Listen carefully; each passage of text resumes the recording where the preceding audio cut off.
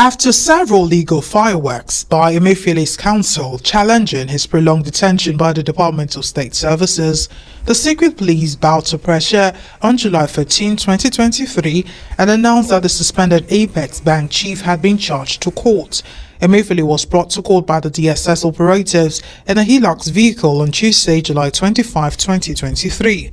Appearing before Justice Owebo, Emefiele pleaded not guilty to the 2 counts of illegal possession of firearm and ammunition filed against him by the federal government. Ruling that the government failed to provide any facts to support its claim that Emefiele was a flight risk, the judge granted him bail.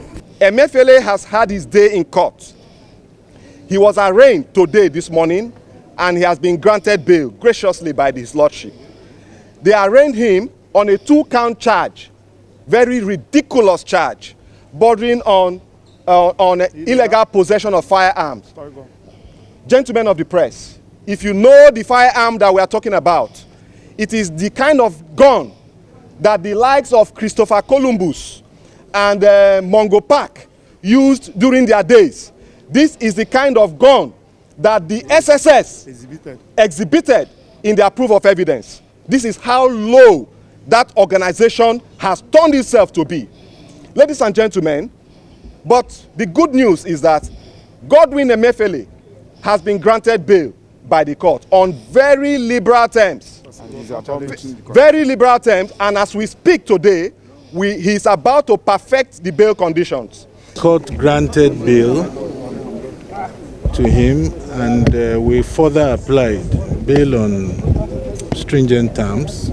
We further applied to the court that pending when we will satisfy the conditions of bail, that custody should move from the hands of the DSS to the Nigerian Correctional Service. The court saw wisdom in that, because that is how we will know whether there is a desire to obey court order, whether the rule of law reigns supreme in Nigeria. Despite the judge's order that Emefiele be remanded at the correctional center pending the fulfillment of the bail conditions, drama ensued at the court premises as the secret police and prison officials clashed over the agency to take custody of the embattled Apex Bank chief. We want to call on the DSS Director General to hide his face in shame and come out and publicly apologize to Emefiele for defaming his reputation.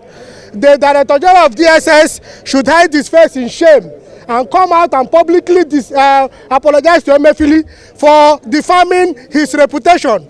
He filed an expert application on the 7th of December 2022 that Emefiele is a terrorist and that he committed some financial crime of national security dimension. Now they have only succeeded in charging him for possession of firearms. That means he deceived the entire country, he misled the entire world, he labeled Emefiele a terrorist. He has damaged his reputation. Amid the clash, Emefiele's lawyers reluctantly allowed the DSS to disobey court orders and take custody of their client to avoid a gun battle.